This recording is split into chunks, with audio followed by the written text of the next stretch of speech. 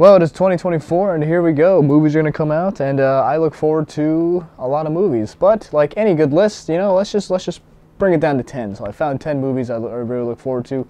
None of these are in any particular order. Maybe some of the ones towards the top are in a more hierarchy. But anyway, here we go. Let's start off with number 10. Number 10 is a little film called Shelby Oaks. Now the thing about this film is, it was written and directed by a YouTuber who reviews movies, and his name is Chris Stuckman. Part of the reason I even make these videos is, you know, he's one of the movie reviewers I always watch no matter what, and so, you know, I think he's got a lot to say, and especially with this next film, it's his first little indie horror film, and I'm hoping that it gets a relatively large release.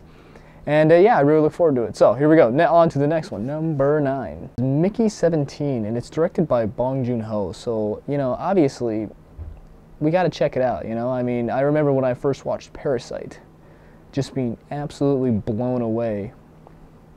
I know little to nothing about this film, other than it has Robert Pattinson, and it's directed by Bong Joon-ho. So, you know what? Personally, I think that's enough to go and check it out.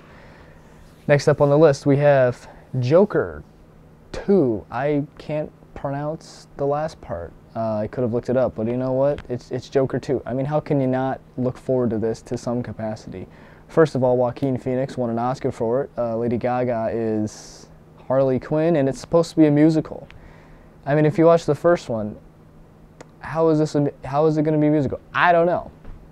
I'm going to go see it. The next movie, you know what? I remember, actually, it was just recently, relatively recently, 2022, I believe, is the first time I went to see Inside Out. You know, I watched it on Disney Plus, and you know, it's incredible. You know, it's just a really good animated feature.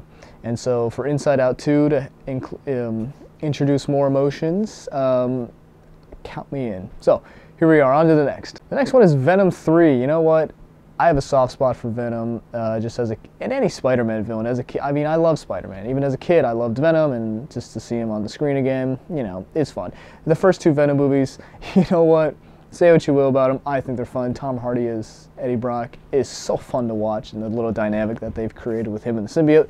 So yeah, Venom 3. Yeah, I'm gonna go check that one out. I look forward to it. Next one, here we go. A Quiet Place Day 1. Now, first of all, the Quiet Place films are fantastic. I'm pretty sure they're making a 3rd, and it would really suck if they didn't. But the point is it's got this stacked cast, new director at the helm. I believe it has the actor who played Eddie Munson in Stranger Things, as well as Lupita Nyong'o, who is a phenomenal actress. So yeah, and you know what? I love the idea of just seeing how everything went down, you know, on day 1, you know, in the Quiet Place universe. So I'm very excited for this one. Next up, we have a movie I just recently watched the trailer for, actually. I think I watched the trailer came out several months ago, but I just finally watched it 2 weeks ago, maybe. The Fall Guy with Ryan Gosling and Emily Blunt. You know, I love movies that are about making movies, and so to see something like this, you know, about a stuntman who's got to do, you know, who's got to get his hands dirty, I suppose, is kind of what it looks like. Is just going to be extremely entertaining, especially it's Ryan Gosling. I mean, I think we all have a special place in our heart for Ryan Gosling. So yeah, I'm looking forward to The Fall Guy a lot. I mean, it's directed by David Leitch, one of the co-creators of John Wick. So yeah, I'll be there. Now we have to the last 3. Now this is kind of where the hierarchy plays in. Kingdom of the Planet of the Apes. I absolutely loved the new Planet of the Apes trilogy. Those were some of the first movies I watched that truly made me fall in love with film.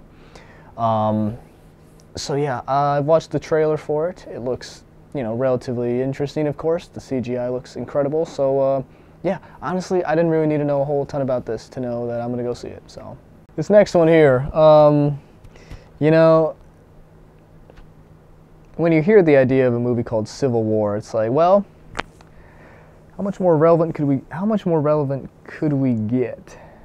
I was so curious what kind of politics are going to be included in this. Primarily, it's like, am I going to leave this movie thinking, you know, very right or very left, or are we just going to find some middle ground in a movie about a civil war within the United States?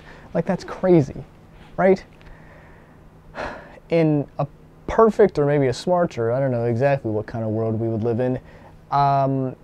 If I were a filmmaker tackling this, I would want people to leave this leaving the theater thinking to themselves, wow, this system that we have maybe isn't the greatest. You know, I feel like we all know that, but now let's expose, you know, and films are a phenomenal way to expose ideas we might know about, but now we really feel them and see them. So, yeah, I'm really intrigued. This might be one of the most intriguing movies that'll come out this year. So we'll see what happens.